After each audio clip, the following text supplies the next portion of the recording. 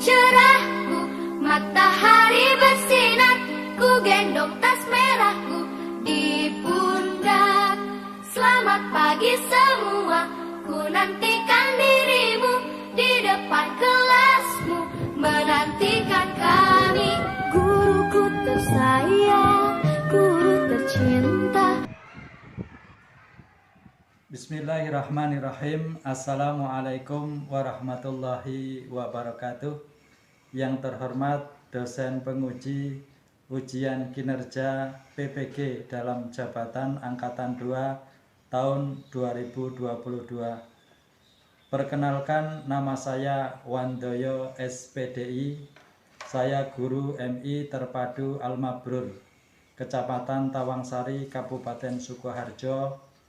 Sekaligus saya sebagai mahasiswa PPG dalam jabatan Angkatan 2 di LPTK Universitas Islam Negeri Wali Songo Semarang dengan nomor peserta 17830071029, nomor induk mahasiswa 21013117949. Pada kesempatan kali ini, Rabu 26 Oktober 2022, saya akan melaksanakan kegiatan praktek pembelajaran secara luring di MI Terpadu Al-Mabrur, Kecamatan Tawangsari, Kabupaten Sukoharjo. Praktek pembelajaran ini saya laksanakan pada kelas 3 dengan materi sholat bagi musafir guna memenuhi tugas ujian kinerja PPG dalam jabatan Angkatan 2 tahun 2022. Untuk lebih jelasnya, berikut adalah video praktek pembelajaran yang telah saya laksanakan. Mohon saran dan bimbingannya agar pembelajaran yang kami lakukan ke depannya bisa lebih baik lagi. Atas perhatian dan bimbingannya kami ucapkan terima kasih. Wassalamualaikum warahmatullahi wabarakatuh. Bismillahirrahmanirrahim. Assalamualaikum warahmatullahi wabarakatuh.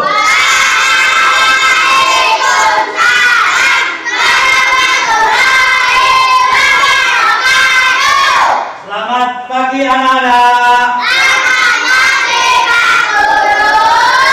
Bagaimana keadaan kalian hari ini?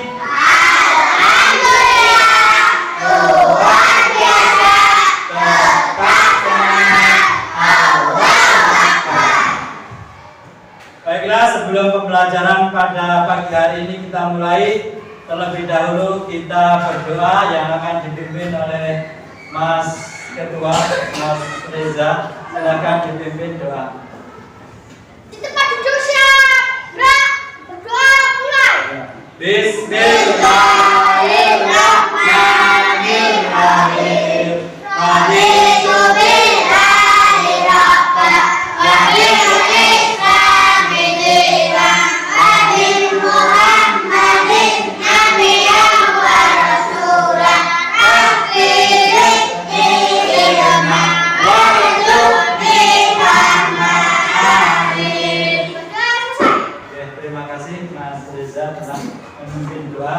Pada pagi hari ini, Pak Guru pengen mengecek kehadiran kalian. Ada yang tidak masuk hari ini? Alhamdulillah, Pak. Alhamdulillah semuanya masuk ya. Semuanya dalam keadaan sehat walafiat. Berarti siap untuk mengikuti pelajaran pada pagi hari ini? Mana semangatmu?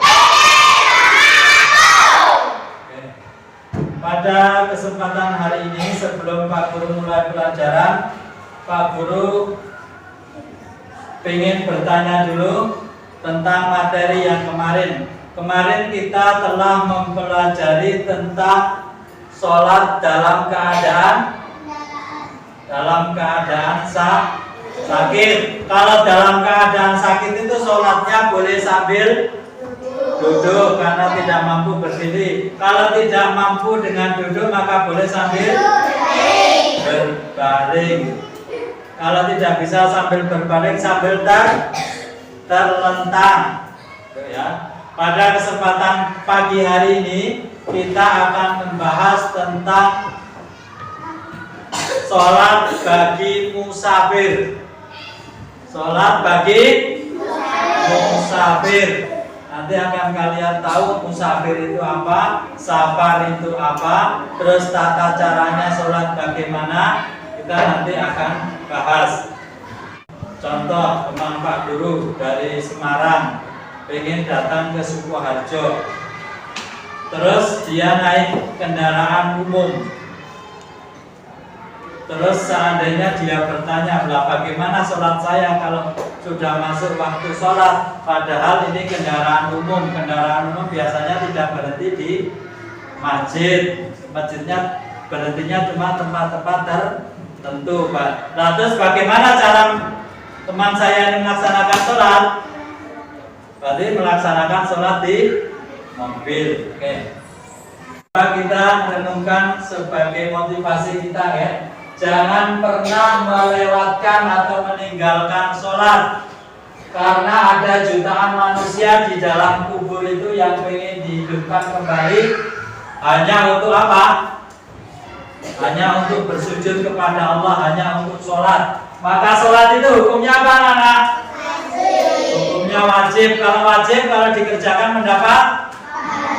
Kalau ditinggalkan? Dosa. Maka jangan sekali-kali meninggalkan sholat.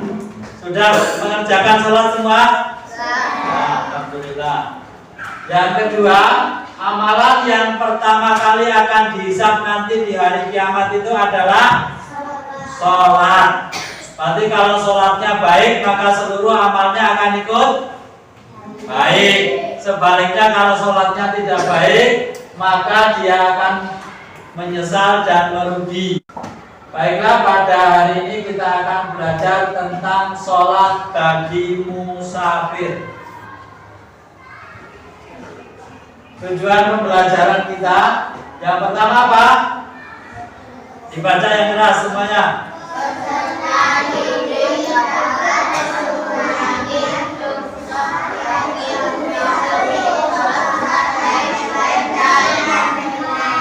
Berarti kalian dapat menguraikan rukhsah keringanan bagi musafir, cara melaksanakan sholat dengan baik dan benar. Yang kedua,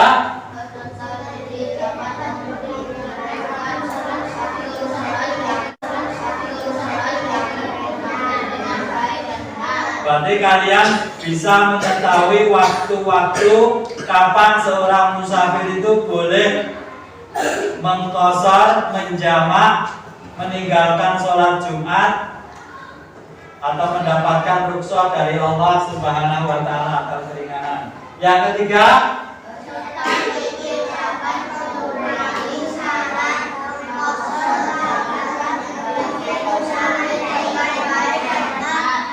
berarti kalian dapat menguraikan syarat sholat itu boleh diqashar itu syaratnya apa saja. Yang keempat, berserta dikit,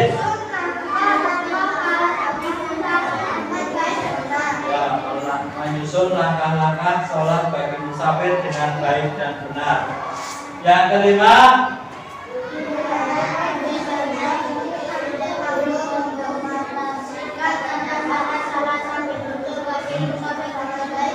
sabar artinya apa? Nah, sabar artinya melakukan perjalanan jauh. Sedangkan orang yang melakukan perjalanan jauh disebut musafir. Berarti orang yang melakukan perjalanan jauh untuk tujuan tertentu yang tidak dilarang dalam agama itu disebut musafir. Contohnya, orang yang menuntut ilmu, orang yang melaksanakan ibadah haji, orang yang berkunjung ke rumah saudaranya, tantenya di suatu tempat yang jauh. Rukhsah bagi musafir untuk sholat. Berarti ada keringanan-keringanan yang didapatkan oleh seorang musafir ya. Musafir diberi rukhsah. Rukhsah itu artinya apa? Keringanan atau kemudahan. Apa saja yang diberikan rukhsah bagi musafir? Mari kita cari jawabannya. Yang pertama apa?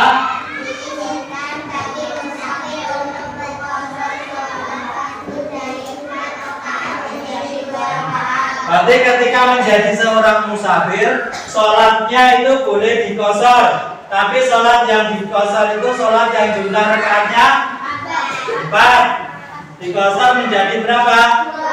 2. Bagaimana Allah Subhanahu wa taala firmankan dalam Al-Qur'an surat An-Nisa ayat 101. Bagaimana bunyinya? Kita baca sama-sama. Wa idza darabtum fil ardi falaisa alaikum junahun antaksuru minas salati in kiftum ayyabtinakumul ladina kafaru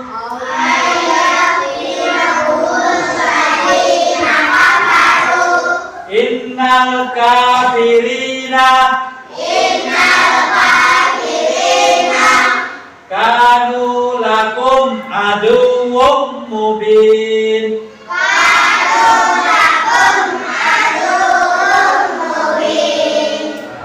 Artinya, dan apabila kamu berpergian di bumi, maka tidaklah kamu berdosa mengkosor sholat.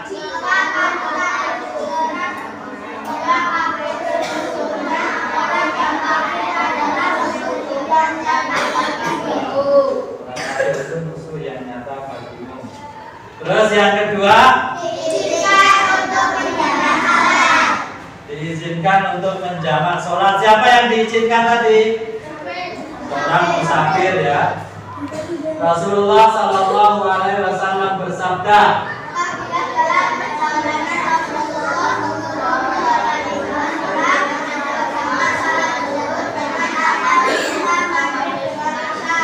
berarti sholat yang boleh dijamak itu sholat apa dengan sholat apa? Terus selain itu tidak boleh, berarti ya yang boleh cuma 2 ini. Hadis riwayat Bukhari. Yang ketiga,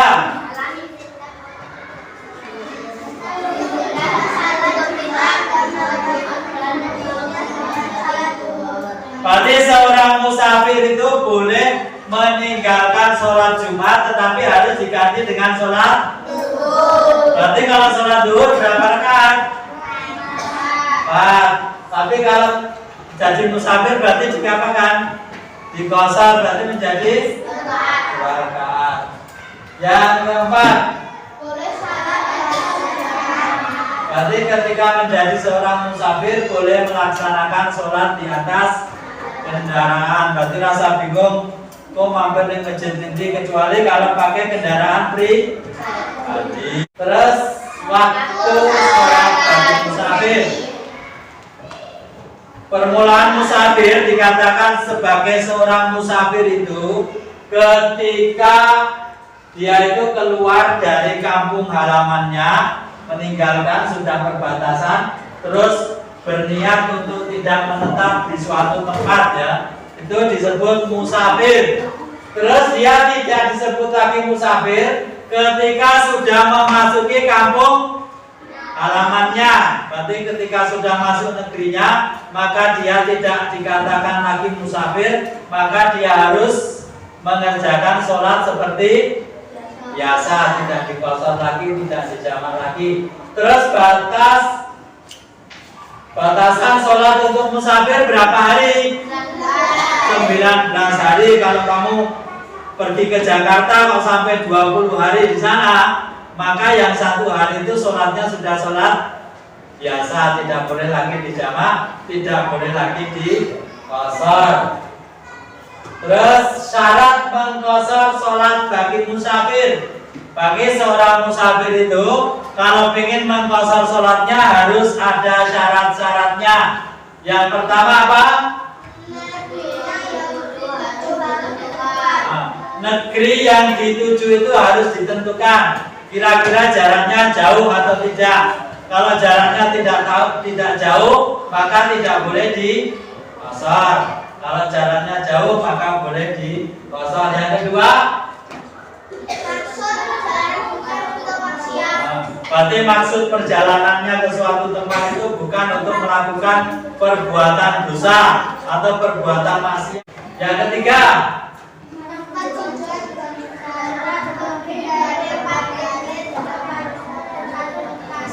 berarti perjalanan yang kita tempuh itu syaratnya harus 81 kilometer. Yang keempat,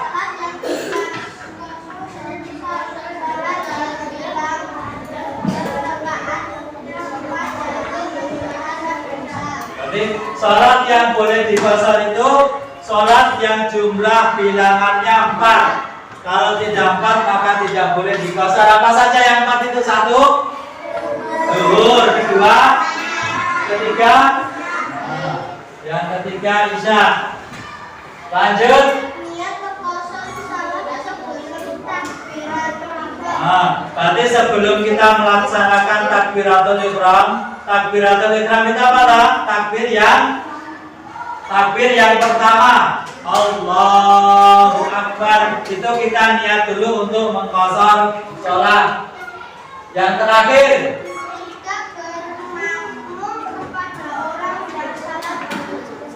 berarti tidak bermakmum kepada orang yang sholatnya sempurna. Terus bagaimana tata cara sholat dalam kendaraan?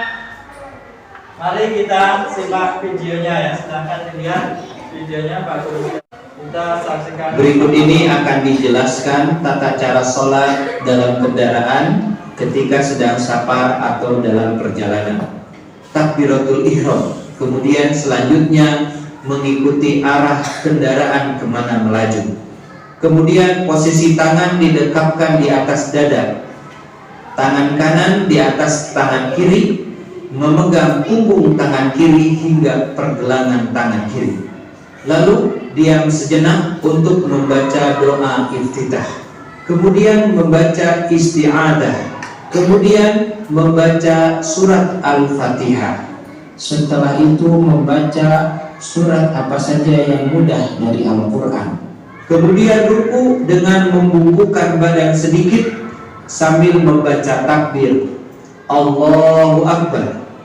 Lalu membaca bacaan ruku sebagai berikut: Subhana Rabbiyal Azim sebanyak 3 kali atau lebih.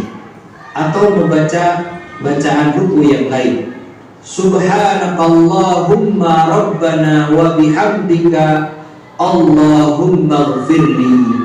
Kemudian i'tidal, bangkit dari ruku, meluruskan badan kembali sambil mengangkat tangan dan membaca Sami'allahu liman hamidah. Kemudian mengucapkan Rabbana walakal hamdu. Kemudian sujud dengan membungkukkan badan lebih rendah dari posisi ruku sambil membaca takbir Allahu Akbar. Lalu membaca bacaan sujud berikut Subhana Rabbiyal A'la. Atau membaca bacaan sujud yang lain Subhanakallahumma Rabbana wa bihamdika Allahumma gfirli. Kemudian bangkit dari sujud sambil bertakbir, lalu duduk di antara dua sujud dengan bangkit duduk tegak seperti posisi ketika membaca Al-Fatihah, tetapi tangan diletakkan di atas paha. Lalu membaca bacaan duduk di antara dua sujud sebagai berikut: Rabbighfirli warhamni warfa'ni wahdini wa'afini warzuqni. Kemudian sujud kembali seperti sujud yang pertama dengan membungkuk sambil membaca takbir Allahu Akbar dan membaca bacaan sujud sebagaimana yang sudah dibacakan. Kemudian bangkit duduk sempurna kembali seperti rakaat yang pertama untuk melanjutkan rakaat berikutnya sesuai jumlah rakaat sholat yang sedang dikerjakan. Adapun duduk tasyahud adalah seperti duduk antara dua sujud, yaitu posisi duduk tegak, tangan di atas paha dengan jari-jari sejajar dengan lutut. Kemudian telunjuk memberikan isyarat sambil membaca bacaan tasyahud. Kemudian memohon perlindungan dengan membaca Allahumma inni a'udzubika min adabil qabri wa min adabin nar wa min fitnatil mahya wal mamat wa min fitnatil masihid dajjal. Kemudian mengucapkan salam Assalamualaikum warahmatullah sambil menengok ke sebelah kanan. Kemudian mengucapkan salam lagi Assalamualaikum warahmatullah sambil menengok ke sebelah kiri. Dan itu tadi tata cara sholat di dalam kendaraan. Sudah paham ya? Bisa melaksanakan ketika kalian dalam perjalanan? Insya Allah bisa ya. Untuk materi kita pada pagi hari ini cukup sampai di sini. Mungkin ada yang mau ditanyakan yang belum paham? Sudah paham semua? Nanti Pak Guru bagi kelompok.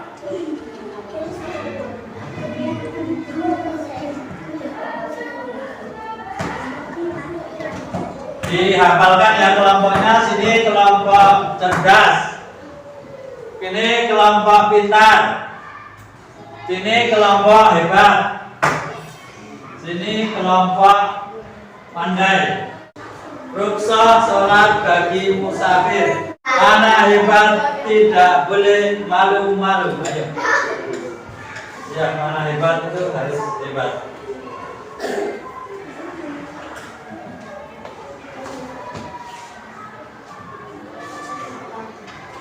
Kelihatan nomor satu apa?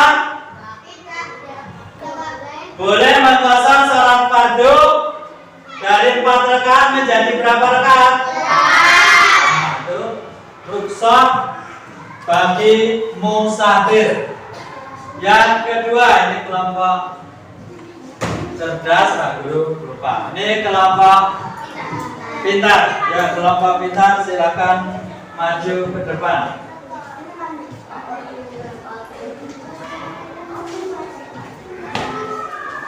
Hebat, itu hebat ya.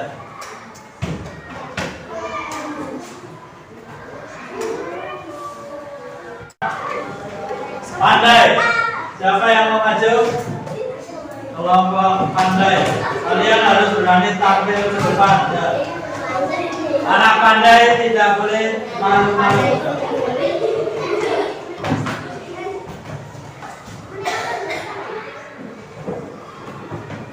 Dibacalah siapa yang keempat?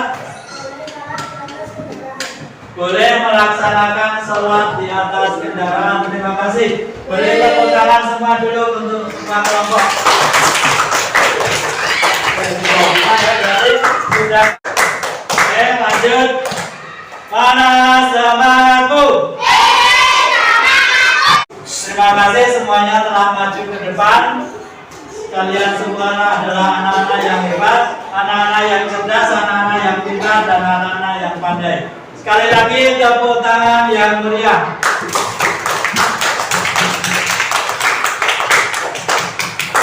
Oke, selanjutnya kalian nanti akan saling berdiskusi mengerjakan tugas LKPD yang diberikan Pak Guru. Nanti kalian semuanya harus saling bekerja sama ya. Tidak ada yang tidak bekerja.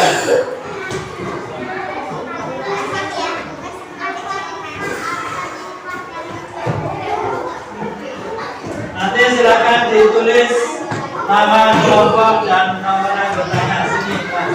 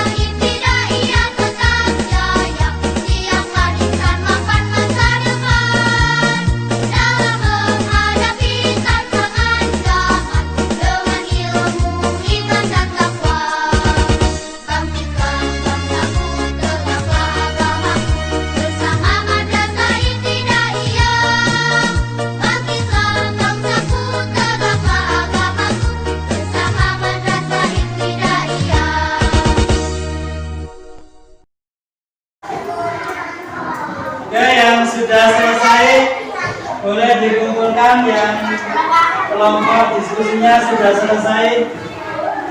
Boleh maju ke depan untuk mengumpulkan. Ini kelompok pintar sudah selesai.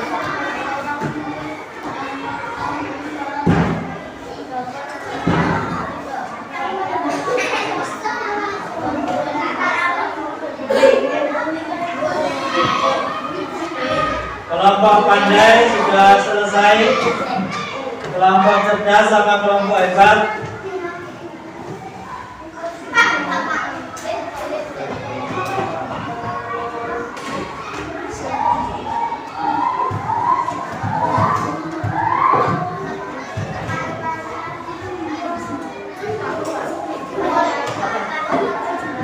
Kelompok hebat, kelompok cerdas, kelompok pintar, dan kelompok pandai.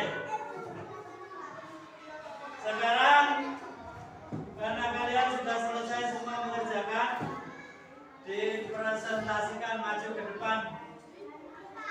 Dari kelompok hebat dulu, mewakili kelompok hebat ke depan.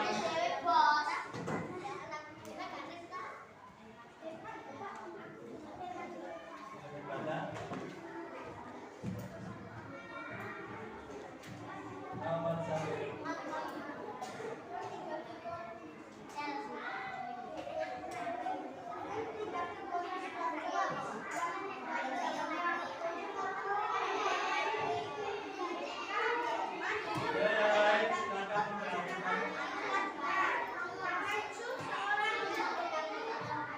Yang pertama dari kelompok hebat, Yusuf datang ke Sukoharjo sebagai seorang pendatang dari negeri yang jauh, dan kebetulan waktu itu adalah hari Jumat, maka dia tidak melaksanakan sholat Jumat karena dia seorang musafir. Betul atau salah?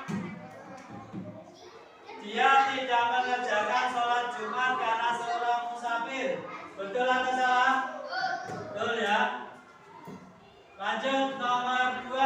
Islam adalah agama yang tidak memberatkan umatnya. Banyak rukhsah yang diberikan Allah untuk hambanya. Rukhsah artinya keringanan dan kemudahan.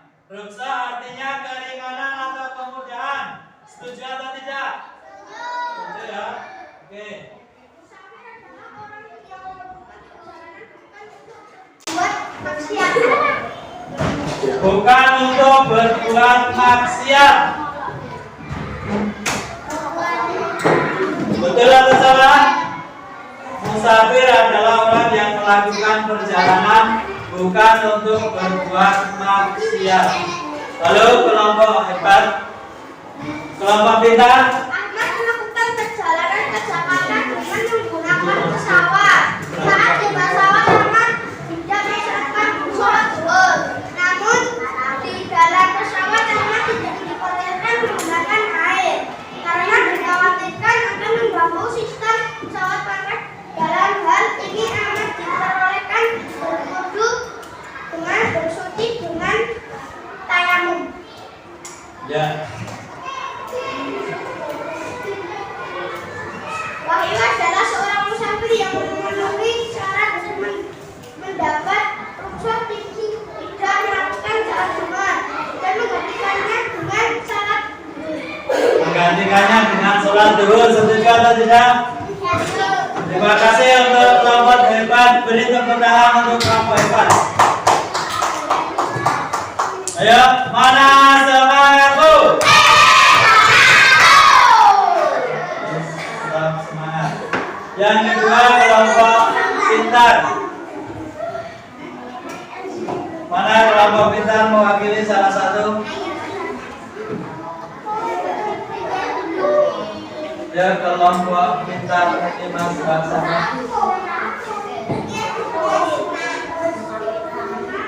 Kelompok pintar saja. Yang lain memperhatikan dulu Mas Mbak.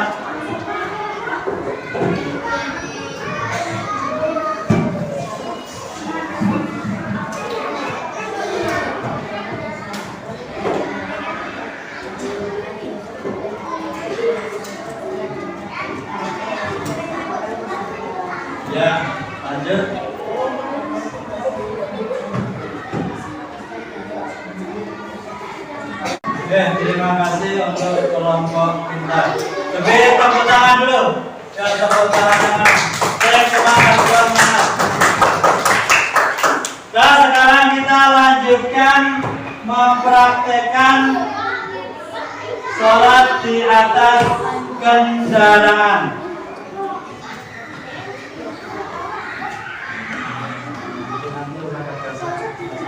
Sudah sama. Ya, silakan nanti maju ke depan sini ya. Mewakili ini sebagai kendaraannya.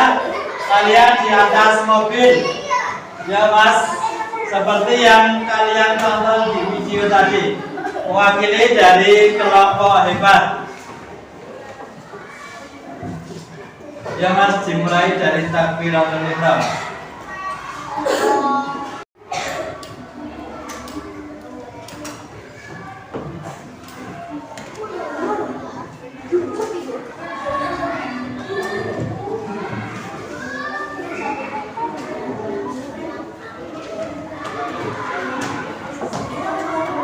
Dan terima kasih untuk kelompok pandai. Boleh tepuk tangan dulu yang meriah ya.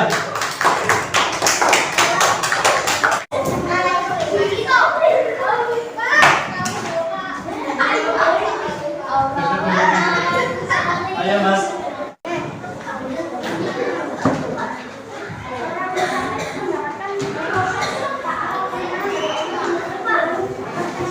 Dan silakan dibaca soalnya dikerjakan.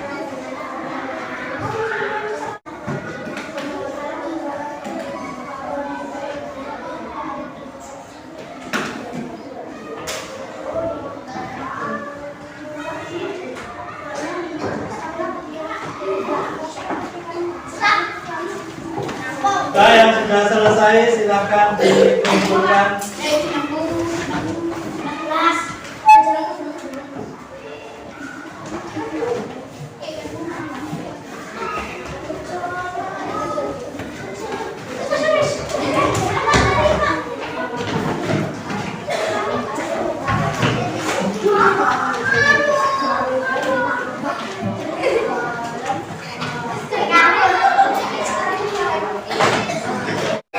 Sudah semua ya, sudah mengumpulkan semuanya.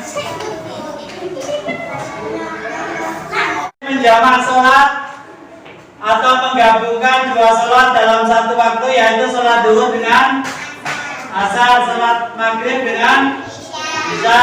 Terus yang ketiga, boleh tidak sholat Jumat tetapi diganti dengan sholat duhur.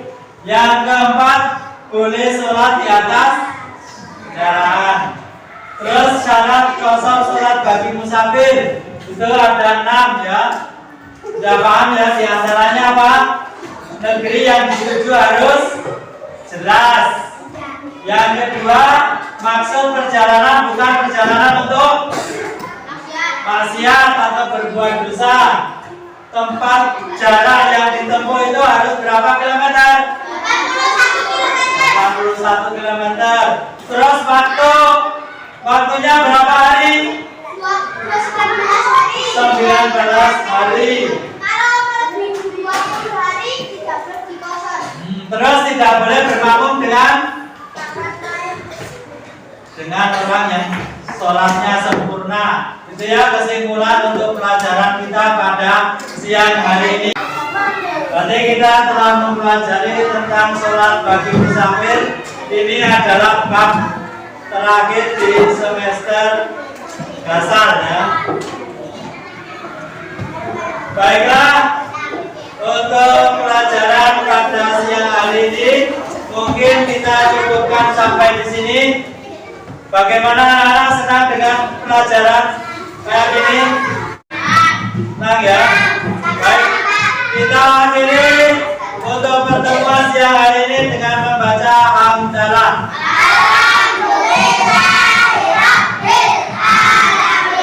Sekian dari Pak Guru, mohon maaf bila banyak salah kata. Wassalamualaikum warahmatullahi wabarakatuh.